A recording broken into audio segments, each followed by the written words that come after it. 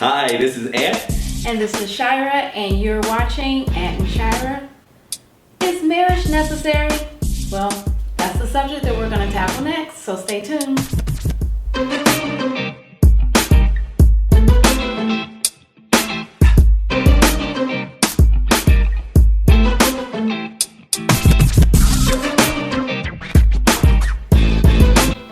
Make sure that you subscribe, like, share, and ring the bell so you get more notifications.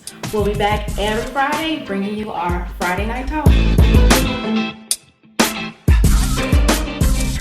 Marriage, and we're talking about a healthy marriage. I've been in an unhealthy marriage, and now I'm in a very spiritually healthy marriage that there's so many other benefits that have come out of it. So going back to the analogy, when we talk about a child as an example. So yeah, well, everybody want a baby.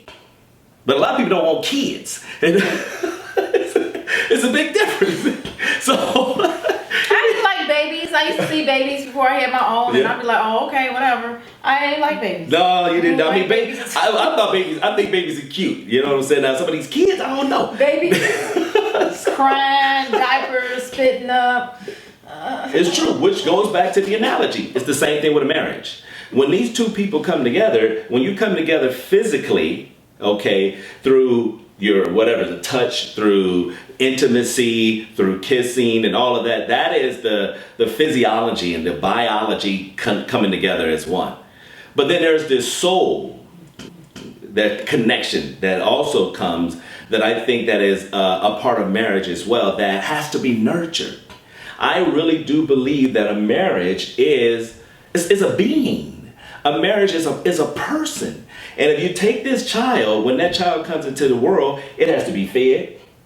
It has to be loved. It has to be nurtured. You talk to your child. As the children get older, then you start educating the child. You clothe the child. You spend quality time with the child. And then that child gets older and they're becoming a teenager. And there's other things that particular teen needs. And so then as the teenager gets older and then they become a young adult, and there's a reason behind it. I was once my mother's child, but now I'm my own self. I'm an individual now that the gifts and the talents that God is trying to express through me benefits me, it benefits you, and it benefits the whole world. That to me is one of the special anointings that's a part of marriage. That's why I think that marriage is necessary. You can sell and get anybody to get married, because I was not trying to get married. You know, I had made my peace with God, you know, so I'm like, all right, I'm good. I don't, God loves me. We got a relationship. Yeah, I mean, so I'm not about to go to hell just because we live together. No. I was good, but the way you talked about the whole spiritual and evolving and us coming together and growing made me want to marry you. But you had that revelation before we got married. You were already there. Now, what I would say in agreement with you is that I felt like after we got married that more blessings, even. Yeah. I mean, we were blessed, but even more blessings and bigger benefits and things happened. Now, I don't know if it's because of, some white man who married us. Yeah. What happened to him? The marriage guy, who married us on the beach. Right. I don't know if it was that. That was such a good night. The honeymoon. That was a good. That was good too. I do think that there was some type of evolving and some type of growth that we experienced. And you're right. And I think that the growth also came prior to the marriage. One of the reasons why I truly believe that I attracted you is because I came to a point in my life where I was done. I was tired of a lot of foolishness. I was tired of lascivious behaviors and tired of, running around and doing all these old kind of crazy things. And I wanted to be a better person. I needed to be a better person. And I really do believe that because that was my desire, that was the desire of my heart, that God brought you into my life. And I truly believe that you are my soulmate. Now, some people would think, okay, is a soulmate real? Which, I mean, that's another great topic. But it wasn't until I met you, because I've heard, people would say, you're my soulmate, Anthony, blah, blah, blah. And I never felt that way. It wasn't until I met you that I actually believed that you were my soulmate. Meaning that you came into my life to help me to evolve into my absolute best self. All right, so going back to the topic, is marriage necessary? Where would we be now if we did not get married? We did not have the wedding on the beach. You know, we did not get this in writing. If I did not have your last name, Yeah, I like that. which I love to have. ShiraNicole Smith. But if we didn't, would it be a problem? I mean, Oprah's not married. I don't think she's trying to get married. And her and Steph have been together for so long.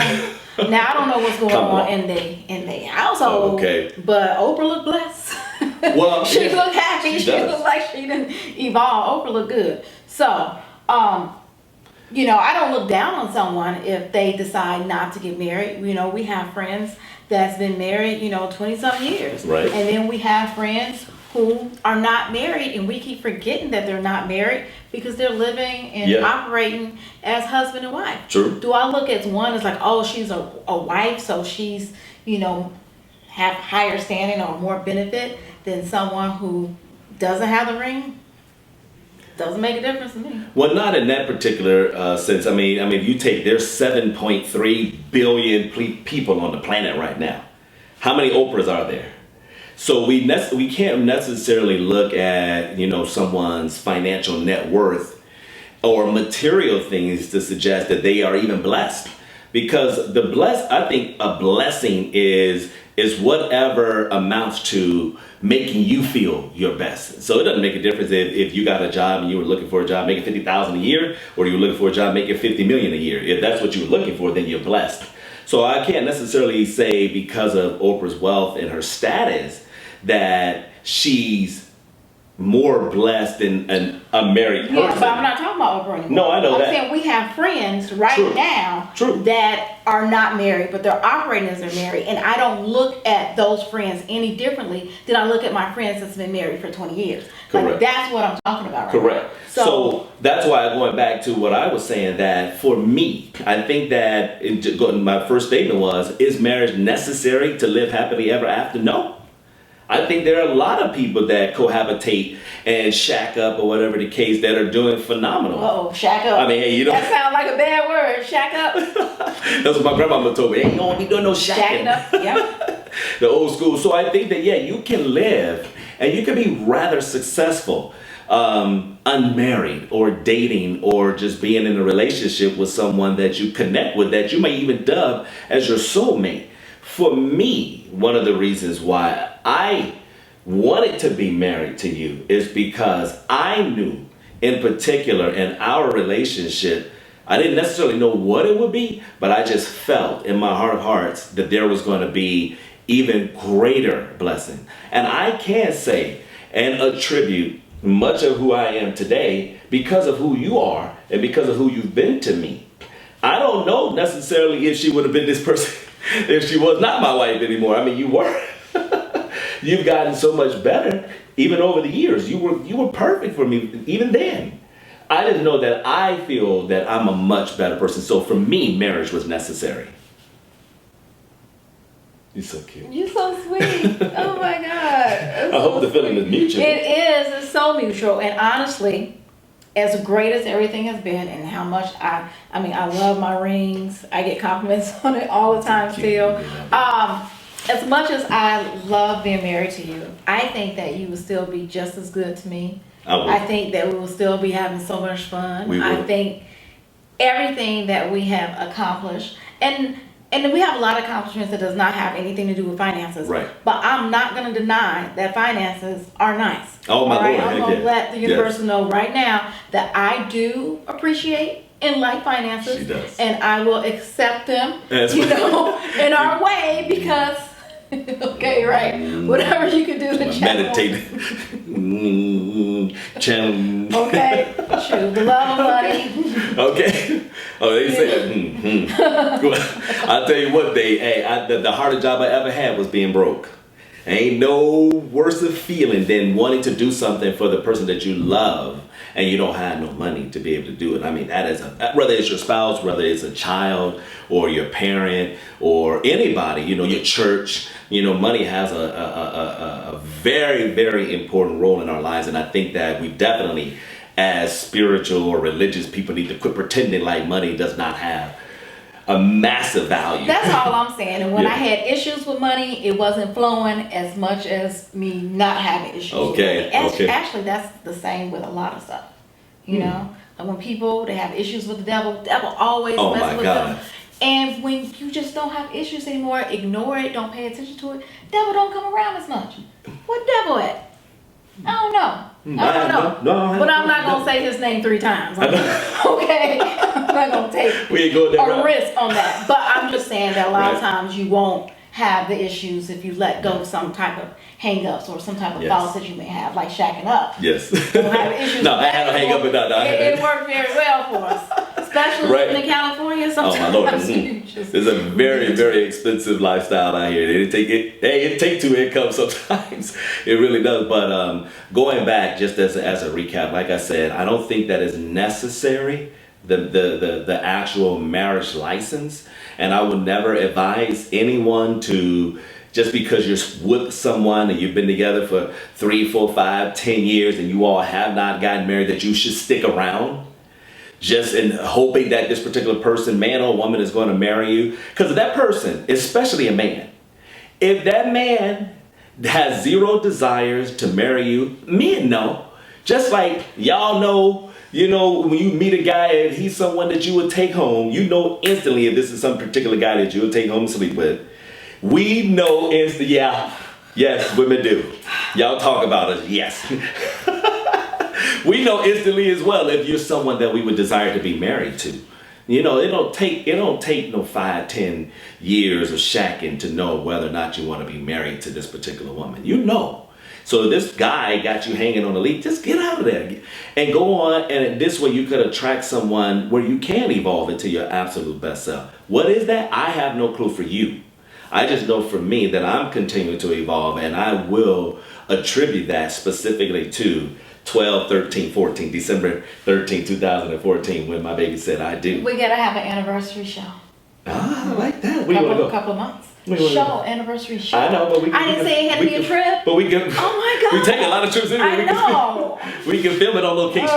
Yeah. So y'all chime in and tell us where y'all want Ant and Shira to film from our anniversary show. To wrap this up, it seems like we're both saying the same thing. Is marriage necessary? No, it's not necessary. But there are a lot of benefits if both individual people are in a mental place of knowing how to respect the marriage, knowing how to love and cherish and grow as a couple, then having that formality. And also, I don't think we mentioned how it appears to other people. That's where I was going. Yes, that was the point that I was making about the child, the reference to raising your child.